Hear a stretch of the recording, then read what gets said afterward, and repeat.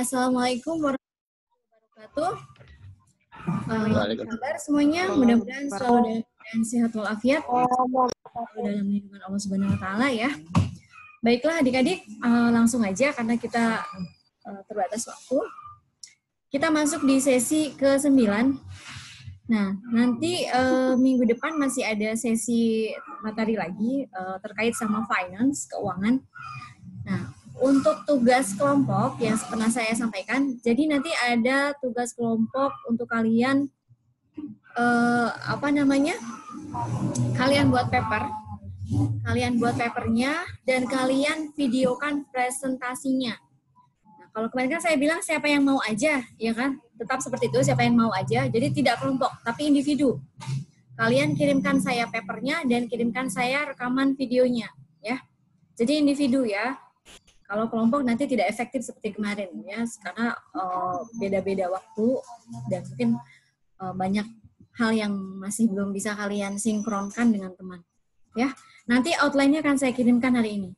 Ya, oke, kita mulai.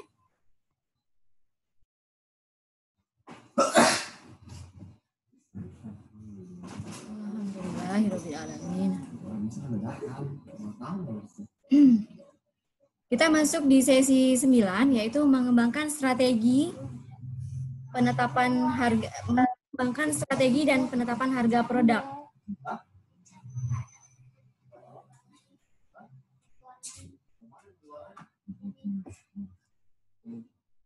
Sudah kelihatan belum?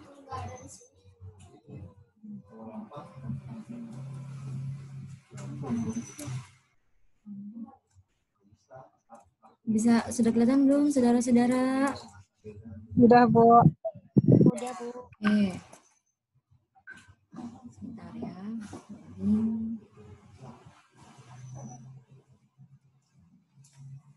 Nah, terkait dengan pengembangan produk ini,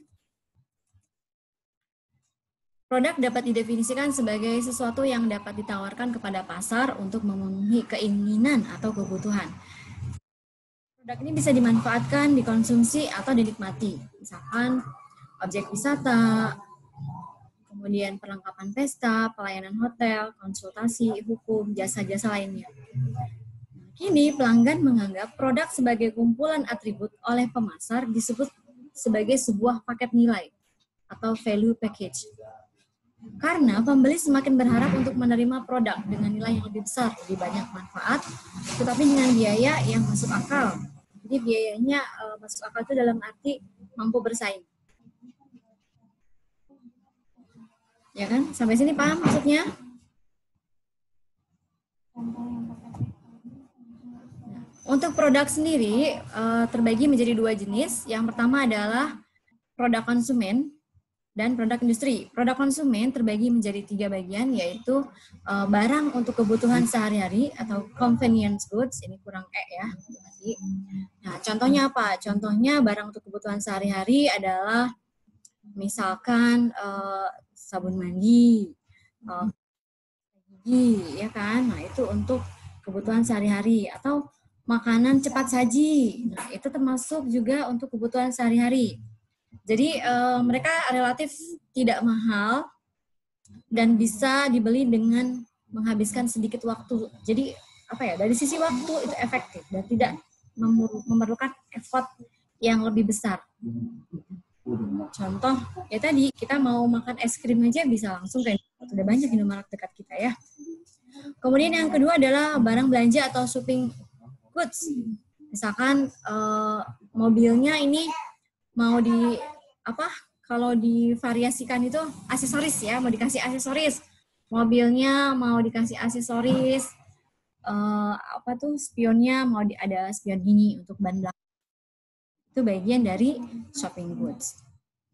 Jadi ini lebih mahal dan jarang dibandingkan produksi konsumsi harian ya. Dan biasanya konsumen sudah mulai membandingkan merek-merek, terutama pada toko yang berbeda. Mereka juga mulai mengevaluasi alternatif gaya, kinerja, harga, dan lain sebagainya. Apalagi diskon.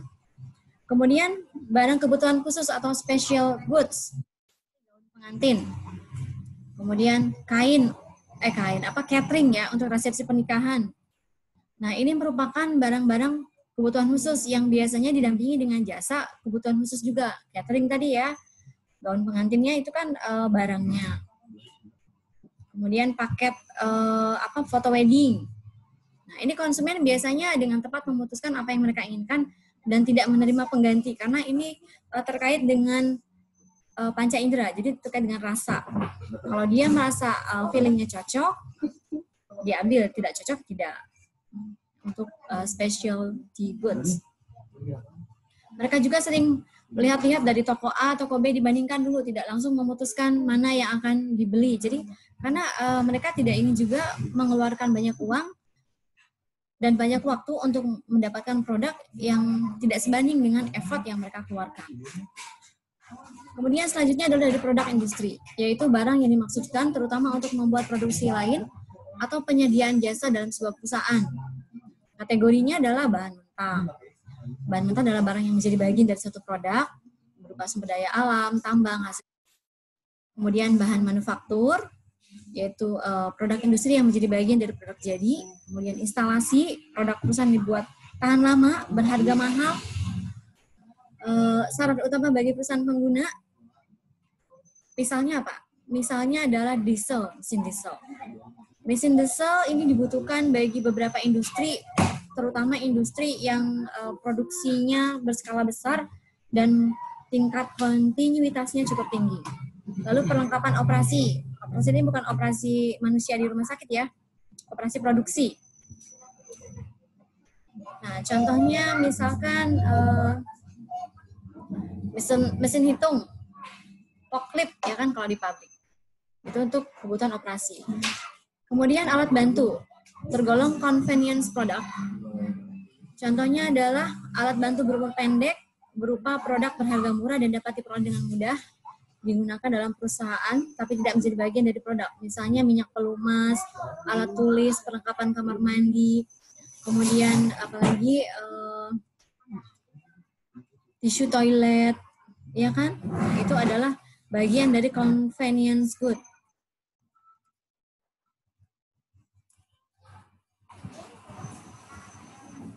Kemudian selanjutnya adalah proses pengembangan produk baru. Pengembangan produk merupakan proses yang panjang. Banyak perusahaan mempunyai departemen riset dan pengembangan litbang untuk mencari peluang produk-produk baru. Jadi mereka rela menghabiskan banyak waktu mulai dari proses identifikasi, kemudian proses pengklasifikasian, sampai proses bagaimana suatu produk itu diuji cobakan ke pasar. Penetrasi pasarnya mereka rela menciptakan effort baru yang tentu saja impact-nya pada biaya-biaya baru. Dengan harapan agar pengembangan produk baru ini bisa diterima di konsumen dan menciptakan pasar baru dan sumber laba yang baru juga. Mengapa mereka mengorbankan begitu banyak sumber daya untuk memikirkan berbagai peluang produk, menolak banyak gagasan yang tampaknya gemilang? Pertama, karena tingginya tingkat mortalitas produk bagi gagasan baru. Artinya apa? Tingkat mortalitas. Artinya secara kemampuan adaptasi itu masih belum terjamin. Jadi kemampuan untuk terus tumbuh dan berkembang dari produk-produk baru. Karena dia masih harus beradaptasi dengan pasarnya, dengan konsumen, dengan pesaingnya, dengan kualitasnya sendiri. Dan hanya sedikit produk baru yang akhirnya dapat mencapai pasar. Itu alasan yang pertama.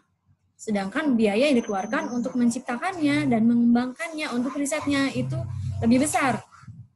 Oleh sebab itu, maka dari sekian banyak masukan-masukan yang datang atau gagasan atau ide, harus bisa dipilah kembali supaya pilihan yang terbaik adalah pilihan yang memang tepat dan paling sesuai. Alasan yang utama adalah yaitu tadi supaya meminimumkan biaya-biaya yang tidak semestinya ada. Kemudian yang kedua, bagi banyak perusahaan mempercepat masuknya produk ke pasar sama pentingnya dengan kepedulian atas pengembangannya. Jadi tidak menunda. Kenapa? Karena semakin menunda, bisa jadi pesaing juga sudah melakukan hal yang sama. Sehingga barangnya dianggapnya tadi ide baru muncul dari hasil riset, kemudian ternyata perusahaan kompetitor juga melakukan riset yang sama. Akhirnya mereka kalah launching, ya kan? Padahal ide terbarunya dari mereka, kan? Bisa jadi ya, banyak potensi-potensi seperti itu ya. Kemudian yang kedua adalah dari sisi pengembangan produk melalui 7 tahap proses pengembangan produk dan jasa. Pertama, menghasilkan ide produk baru, tadi sudah disinggung. Kemudian penyaringan, analisis pengembangan konsep dan bisnis, pengembangan produk itu sendiri, pengujian pemasaran, dan komersialisasi. Nah, gagasan produk dapat datang dari konsumen, tim penjualan, bagian penelitian dan pengembangan atau litbang, atau bahkan pegawai teknik. Jadi, semua ide bisa diterima, bisa masuk. Contoh, ada rekan saya, dia bergerak di bidang IT perusahaannya. Kemudian, dia punya karyawan, mohon maaf, office boy ya. Tapi office boy itu pernah bekerja di perusahaan seperti JNE gitu ya, itu namanya apa? Perusahaan kurir lah ya. Nah, kemudian dengan office boy tersebut mengatakan bahwa saya sudah punya pengalaman, Pak. Saya sudah punya pengalaman bekerja di perusahaan misalkan JNE, kemudian perusahaan GNT, kemudian apalagi Ninja, macam-macam, semua perusahaan ekspedisi lah. Nah, saya sudah memahami seluk-beluk itu dengan sangat baik katanya. Dan sayang sekali. Nah, kalau andaikan saya punya uang katanya, saya akan bikin perusahaan kurir yang jadi satu. Jadi semua ekspedisi itu menjadi satu. Kemudian si owner dari perusahaan IT tersebut menangkap ide dari seorang office boy, karyawannya yang office boy tadi. Itu adalah ide yang brilian, bukan? Akhirnya dia mengembangkan sebuah jenis usaha baru di grupnya, jenis bisnis baru, yaitu perusahaan yang bergerak di variasi kurir, jadi variasi ekspedisi. Jadi satu merchant tapi membuka banyak ekspedisi. Jadi si konsumen bisa memilih ekspedisi mana yang paling cocok untuk dia. Nah, ini menguntungkan bagi sisi konsumen dan bagi distributor atau channel-channel pemasaran juga. Nah, itu contoh ya, gagasan. Kemudian penyaringan. Nah, untuk penyaringan, tahap ini dirancang untuk menghilangkan seluruh gagasan produk yang tidak berhubungan dengan kemampuan atau tujuan perusahaan. Tadi sudah disinggung di depan, bahwa harus dipilah dari sekian banyak masukan, itu harus dipilah lagi dengan berbagai macam pertimbangan. Jadi supaya tetap fokus pada tujuan intinya. Para perwakilan dari pemasaran, teknisi, dan produksi harus memberikan input pada tahap ini. Karena tujuannya tadi supaya keputusannya semakin mengerucut dan semakin tepat.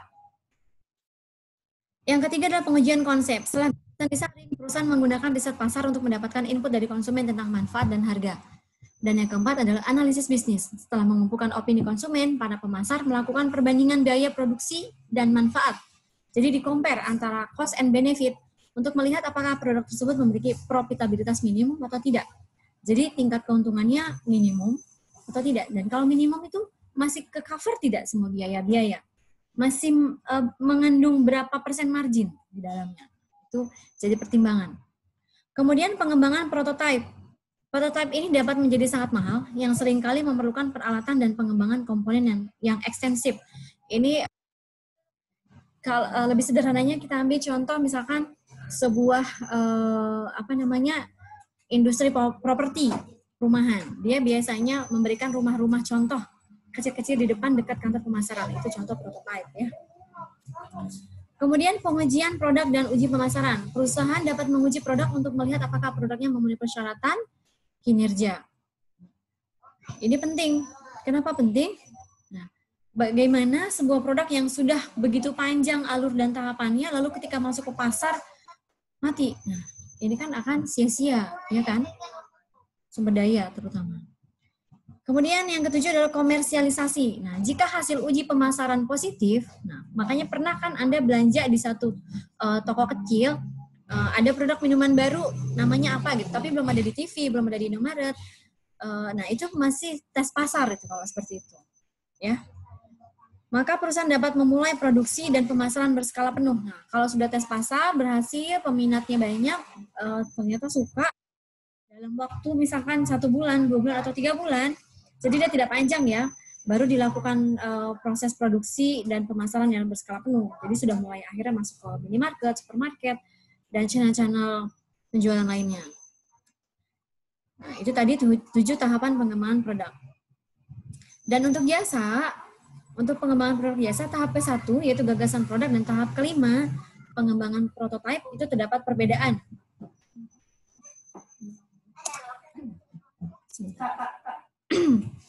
Nah, perbedaannya adalah untuk tahap pertama, gagasan jasa pencarian, gagasan jasa mencakup tugas yang disebut dengan pendefinisian jasa, yaitu disebut dengan service package atau paket jasa, meliputi identifikasi ciri-ciri berwujud dan tidak berwujud yang dimiliki jasa, dan kemudian menentukan spesifikasi jasanya. Nah, apa yang dimaksud dengan ciri-ciri berwujud dan tidak berwujud? Nah, maksudnya begini, jasa itu kan tidak nampak, ya kan? Kalau kita lihat dari bauran pemasaran, itu kan untuk jasa itu ada dari 4, mesti ingat 4P ditambah 3P ya untuk yang jasa. Jasa ditambah apa? Person, proses, sama satu lagi apa? Masih ingat nggak? Ntar yang 4 juga lupa lagi. Price, produk. Ini orangnya pada kemana ya? Nggak ada suaranya nih, nggak ada respon. Kalau ketika diminta timbal balik, kalian harusnya ada timbal balik ya. Nanti apa sih manfaat kembali lagi sama kalian. Kita lanjut ya. Kita lanjut yang kelima. Rancangan proses jasa untuk yang prototype. Ini mencakup seleksi proses. Mencakup seleksi proses, persyaratan pekerja, dan persyaratan fasilitas. Karena yang tadi disebut dengan jasa, kenapa berwujud dan tidak berwujud? Untuk yang berwujud, misalkan jasa laporan keuangan. Nah, wujudnya ada apa? Laporan keuangan, ya kan? Nampak dalam secari kertas. Nah, kemudian kalau jasa yang tidak berwujud, misalkan jasa kemampuan conversation. Nah, itu kan tidak bisa berwujud, ya kan? Itu bisa didengar, ya kan? Jadi tidak berwujud dalam berbentuk fisik barang. Jadi sesuatu yang intrinsik, kecuali kita pakai media lain untuk merekamnya. Nah, itu baru bisa berwujud. Kemudian, Parisa.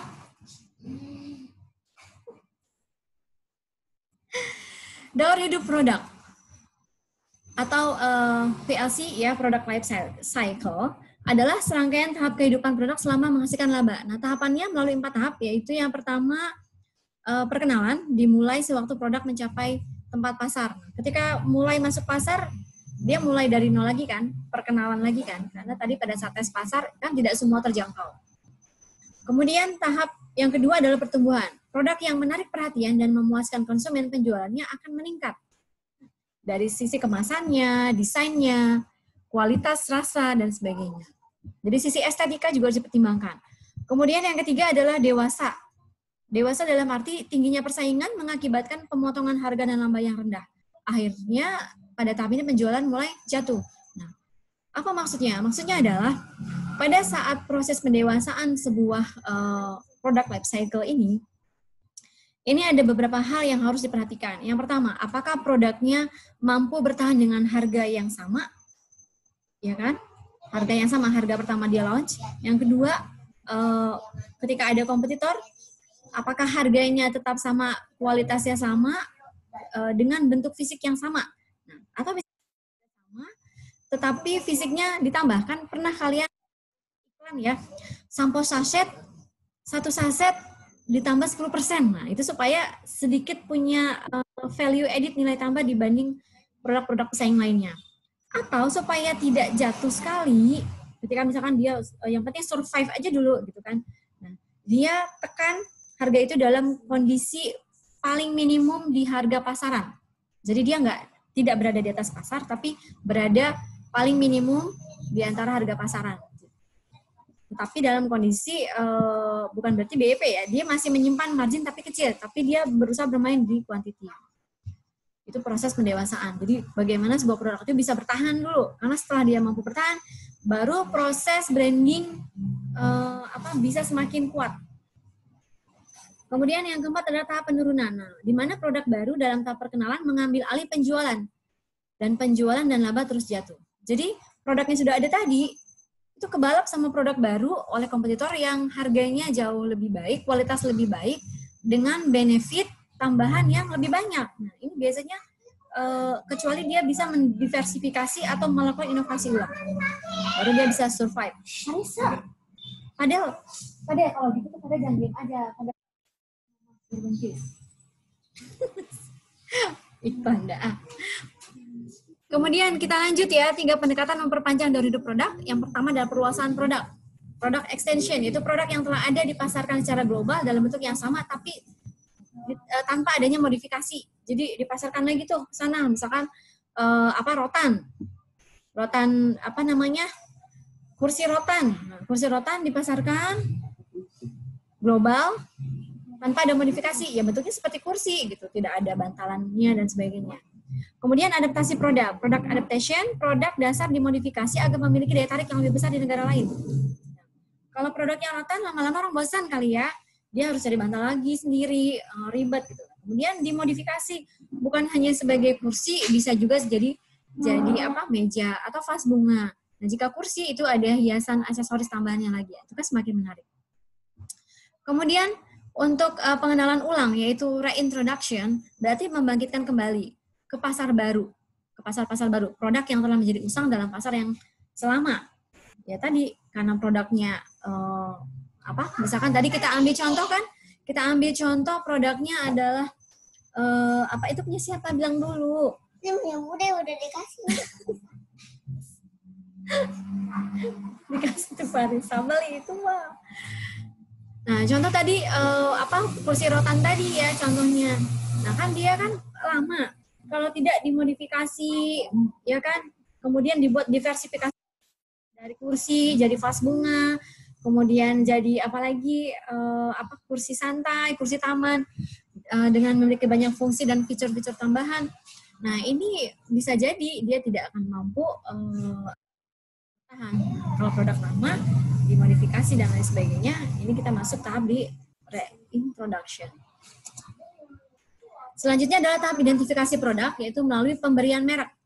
Merek adalah nama, istilah, tanda, simbol, desain, atau beberapa kombinasi yang digunakan untuk mengidentifikasi produk dari satu perusahaan dan untuk mendiferensiasikan mereka dari penawaran pesaing. Jadi, merek itu akan direkam oleh konsumen panca inderanya sehingga terekam di kepalanya, di bawah sadarnya, oh, simbol tersebut adalah merek si A. Oh, logo tersebut adalah merek ini, jualnya ini. Ya, jadi mudah diidentifikasi. Pemberian merek adalah proses menggunakan simbol untuk mengkomunikasikan ciri-ciri produk tertentu yang dibuat oleh produsen tertentu. Nah, kita bisa lihat logo dari Pizza Hut, kita ambil contoh misalkan, dengan logo dari Mitsubishi, beda kan? Ya enggak? Kita bisa lihat, oh ini logo untuk makanan, yang satu logo untuk industri otomotif. Selanjutnya adalah pengemasan produk, merupakan pemberian wadah fisik yang memuat produk yang akan dijual, diiklankan, atau dilindungi. Dan pengemasan produk dapat berperan antara lain sebagai iklan atau mengurangi risiko kerusakan produk, ya kan? Nah, pengemasan yang menarik akan juga mengikat branding dari sebuah merek. Branding atau merek sejatinya merupakan cara untuk menambah nilai melalui kualitas merek. Sedangkan jenis-jenis merek itu tujuannya adalah untuk meningkatkan kepedulian pembeli terhadap sifat dan kualitas produk yang harus bersaing dengan sejumlah produk lainnya. Jadi sewaktu konsumen puas dengan kualitas produk tertentu, orang-orang pemasaran berusaha mendapatkan kesetiaan terhadap merek, yaitu brand royalty tadi ya. Brand royalty dari pangsa pembeli berulang yang besar. Udah contoh misalkan saya ditawarkan produk lipstick misalkan, lipstick dari berbagai merek. Termasuk merek apa Kak? Lipstick yang dipasarin sama Vina itu apa? Oriflame. Saya pernah jadi agent Oriflame zaman saya kerja, tapi saya jadi member Oriflame dan ikut menjualnya juga, tapi saya tidak menggunakannya karena saya ternyata tidak cocok. Jadi sensitivitas juga mempengaruhi loyalitas pelanggan terhadap suatu brand. Jadi saya hanya cocok pakai Sari Ayu misalkan. Ya sudah, nggak apa-apa saya jual itu, misalkan Oriflame itu saya pakai untuk bodinya atau untuk sikatnya. Enggak ya, saya bukan orang mahal kok, tenang. Saya bercanda. Nah, kita lanjut. Jenis-jenisnya merek. Yang pertama merek nasional, itu produk bermerek yang diproduksi oleh produsen, didistribusikan secara luas oleh produsen, dan membawa nama produsen. Merek ini seringkali dikenal luas oleh konsumen karena kampanye iklan secara nasional, dan oleh karena itu merupakan aset yang bernilai. Kemudian lisensi. Nah, merek lisensi yaitu produk bermerek yang hak namanya telah dibeli penjual dari organisasi tertentu atau perseorangan. Pemasar menjual merek mereka karena merek menarik bagi publik. Citra dan status yang pembeli harapkan melekat pada dirinya. Iklan gratis karena merek terpajang dalam kaos yang dilisensi adalah bonus tambahan. Nah, pernah kan ada iklan gratis seperti itu? Kalau pakai baju, misalkan Anda pergi ke mall lalu sedang ada promo, kalau pakai baju merek apa tuh Kak? Baju yang branded? So ya, Anda dapat diskon voucher belanja 100.000. Nah, itu kan bonus tambahan, ya kan? Kemudian merek pribadi, yaitu produk bermerek yang dikomisikan oleh pedagang grosir atau pengecer kepada produsen tertentu. Jadi contohnya untuk produk pribadi ya. Nah, selanjutnya adalah alat penetapan harga. Yang pertama adalah penetapan harga berorientasi bukan budaya, ini salah ketik ya, biaya, yaitu cost oriented pricing, merupakan alat penetapan harga menurut keinginan perusahaan untuk meraup laba dan kebutuhan untuk menutup biaya produksi. Ini bukan budaya ya, biaya. Dalam hal ini, markup biasanya ditentukan sebagai persentase dari harga penjualan. Nah, markup ini boleh diterjemahkan sebagai margin ya. Markup adalah jumlah yang ditambahkan dalam biaya barang agar dapat menjualnya dengan memperoleh laba. Jadi ini adalah margin ya maksudnya. Jadi harga yang berorientasi pada biaya. Nah, seperti diketahui, biaya sendiri komponennya terbagi dua, yaitu biaya tetap dan biaya variabel. Nah, untuk biaya tetap tidak bisa, walaupun bisa sebenarnya, tapi tidak dia kotak-katik. Nah, dia biasanya untuk menetapkan harga ini orientasinya adalah fokus pada biaya variabel, di mana biaya variabel ini tergantung pada berapa unit produksi yang dihasilkan atau yang akan dia jual, sehingga dia akan sibuk bermain di biaya variabel, ya kan? Sehingga kenapa biaya variabel? Tadi efeknya apa? Karena terkait sama unit yang terjual. Termasuk di dalamnya adalah biaya untuk promosi, riset, agen pemasaran, dan sebagainya. Sedangkan biaya tetap kan fix, konstan. Ya, sampai sini paham kan? Kemudian yang kedua adalah analisis titik impas atau BEP, break even point, hubungan biaya dengan volume biaya. Nah, analisis titik impas atau break even analysis adalah untuk harga jual tertentu. Taksiran biaya versus pendapatan pihak penjual pada berbagai volume penjualan. Analisis itu menunjukkan pada harga jual tertentu apapun hasil keuangan, jumlah rugi dan laba untuk masing-masing volume penjualan yang mungkin. Sedangkan titik impas atau break even point adalah volume penjualan di mana total pendapatan penjualan pihak penjual setara dengan total biaya variabel dan tetap ya untuk biayanya ya. Dan tetapi tanpa adanya laba maupun rugi. Berarti apa? Ya titik impas, tidak untung tidak rugi. Jadi keuntungannya sebanding atau pendapatannya penerimaannya sebanding dengan biayanya. Kemudian kita lanjut strategi penetapan harga yang dibagi dua. Yang pertama penetapan harga produk yang telah beredar, yang kedua penetapan harga produk baru. Nah, untuk harga yang telah beredar ada 3 pilihan perusahaan dalam penetapan harga produk yang beredar, yaitu penetapan harga di atas pasar, kemudian harga di bawah harga pasar, harga pada atau di dekat harga pasar. Nah, ini berlaku bagi produk-produk yang serupa ya untuk harga yang beredar ini. Jadi supaya dia mampu bersaing di pasar. Kemudian untuk harga baru, nah penetapan harga mengapung, menetapkan harga tinggi di awal, ya kan, untuk mendukung biaya produk baru dan menghasilkan laba. Itu yang pertama. Yang kedua, biasanya dia menetapkan, berarti bisa 2 strategi ya. Penetapan harga penetrasi. Nah, ini yang paling banyak digunakan. Penetapan harga penetrasi, menetapkan harga rendah di awal untuk mendukung produk baru di pasar. Jadi cukup terjangkau daya beli masyarakat, menarik minat, ya kan? Nah, baru nanti di tengah jalan, apakah itu harganya ya, atau mungkin harga yang sama, tapi kontennya, isinya diminimalisir lagi. Kemudian berikutnya adalah taktik penetapan harga.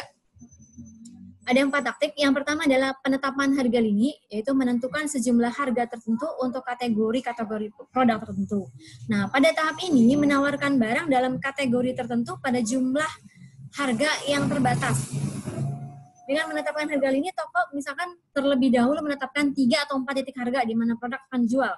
Misalkan untuk menjual produk di lingkungan A, lingkungan B, lingkungan C, lingkungan D. Dia dia berikan harga yang berbeda pada lingkungan-lingkungan tersebut. Nah, kemudian setelah itu dia bisa menetapkan sebuah keputusan dan merumuskan harga yang paling sesuai untuk suatu daerah. Oleh sebab itu tidak ada harga yang sama, tapi tentu saja ini harus sebanding dengan apa yang diterima. Jadi kan tidak mungkin ya harga produk yang sama dijual dengan harga yang berbeda, tetapi dalam satu skup yang sama berdekatan, kecuali beda misalkan seperti di industri otomotif ya, menjual mobil di wilayah Pulau Jawa itu berbeda Pulau Sumatera, Kalimantan, dan wilayah lainnya. Nah, kalau cakupannya yang berbeda itu pasti sudah berbeda karena ada biaya variabel yang terdekat di dalamnya terkait dengan proses channel dari agen-agen penjualan. Kemudian yang kedua, penetapan harga psikologis. Nah, taktik penetapan harga yang mengambil manfaat dari fakta bahwa konsumen tidak selalu bersikap rasional dalam menanggapi harga yang tercantum. Nah, iya, memang kadang-kadang konsumen tidak berpikir logis ya. Misalkan harga 9.000 dengan harga 8.999. Dia pilih yang 8.999 walaupun hanya beda Rp1. Ya kan? Itu mempermainkan psikologis konsumen. Kemudian yang ketiga adalah penetapan harga ganjil genap. Taktik penetapan harga yang mengambil manfaat dari fakta bahwa konsumen tidak selalu bersikap rasional dalam menanggapi harga yang tercantum. Taktik penetapan harga yang didasarkan pada pengetahuan bahwa pelanggan lebih memilih harga-harga yang tidak tercantum dalam jumlah harga yang genap.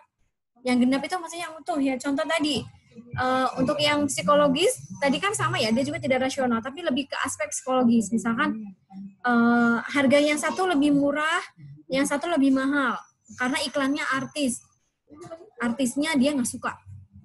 Biarin aja, mau lebih bagus karena nggak suka sama artisnya, dia pilih harga yang produk A yang satu. Nah, untuk yang ganjil genap, yaitu tadi contohnya yang angka bulat, misalkan dijual dengan harga 9.000, dan satu lagi dijual dengan harga 8.999.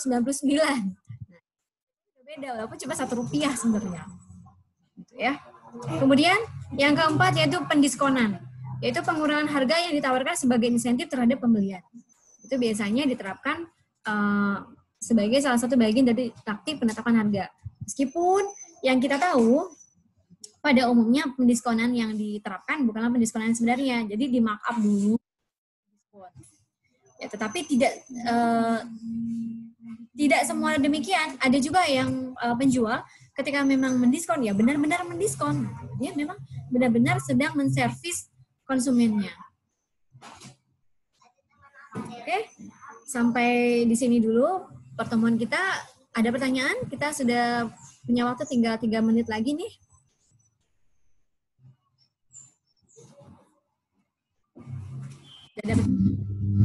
Nanti kalau pertanyaannya di belakang ditanyakan di grup aja ya. Oh ya, untuk grup yang sebelum kita libur lebaran itu kan ada grup yang presentasi, ada pertanyaan-pertanyaan yang menggantung. Nanti saya akan buatkan lagi poin pertanyaannya.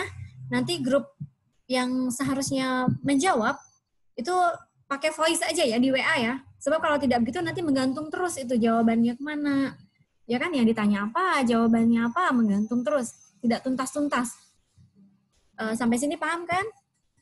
Dan untuk tugasnya, nanti saya share outline-nya. Jadi tugasnya adalah membuat paper dari rintisan usaha yang sudah dilakukan, atau kalau belum dilakukan, direncanakan.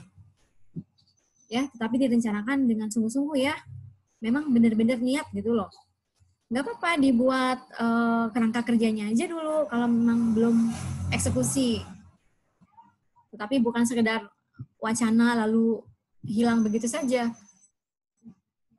Kemudian video presentasinya dikirim ke saya, ya. Tidak perlu banyak-banyak videonya. Kira-kira yang bisa diterima sama WA itu 60 mega ya Kak ya? Baca Kak. 60 mega kan? 50, tapi 60 masih masuk sekarang Kak. Naik. Iya, udah di-upgrade. Ya, 60 mega. Oke? Dan pada saat video tersebut jangan lupa perkenalkan namanya dan dari kelas apa ya. Jangan lupa namanya, kelas apa, sama NIM-nya. NIM-nya nggak usah lah. NIM-nya nanti di papernya aja. Oke? Kita tutup sampai di sini. Sampai ketemu minggu depan. Minggu depan masih ada sesi saya. Jadi kalian punya waktu 1 mingguan untuk bersiap-siap ya. Oke, sampai berjumpa lagi. Selamat belajar. Assalamualaikum warahmatullahi wabarakatuh. Jangan lupa langganan screen peserta hadirnya ya. Oh, ini ada yang chat ya? Ada yang nggak bisa masuk gitu? Nggak kelihatan tadi chat. Oh, ada suaranya, seriusan.